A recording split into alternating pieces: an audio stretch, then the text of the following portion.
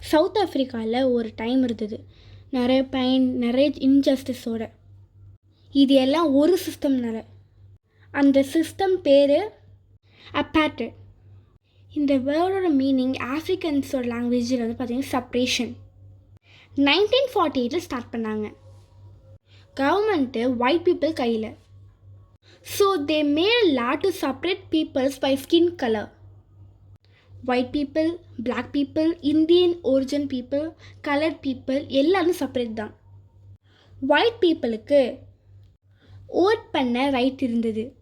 Best school, clean hospital, safe areas, land purchase, job rights, everything super தான். ஆனால் black பீப்புளுக்கு no vote, poor education, land purchase பண்ண rights இல்லை, public buses, toilets, beach கூட separate தான். ஒரு white பீப்புளோட ஏரியாக்குள்ளே போக கூட பர்மிஷன் வேணும்.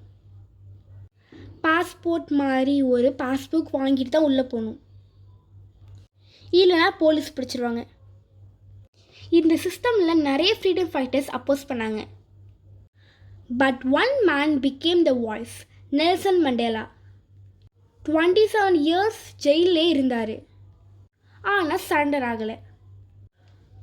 ஒரு நாள் கண்டிப்பாக சேஞ்ச் வரும்னு நம்பிக்கை எல்லாருக்குமே இருந்துச்சு. ஃபைனலி 1990 மண்டேலா ரிலீஸ் ஆனார்.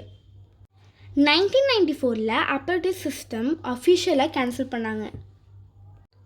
நெல்சன் மண்டேலா சவுத் ஆஃப்ரிக்காவுக்கு ஃபர்ஸ்ட் பிரசிடெண்ட் ஆனார். இது சவுத் ஆஃப்ரிக்கா ஹிஸ்ட்ரி மட்டும் இல்லை, லெசனும் தான். கலர், கேஸ்ட், லாங்குவேஜ், ரிலிஜன் இவ்வளோ பேசிக் விஷயத்துக்கு டிஸ்கிரிமினேஷன் பண்ணக்கூடாது. We are all humans. We are all equal.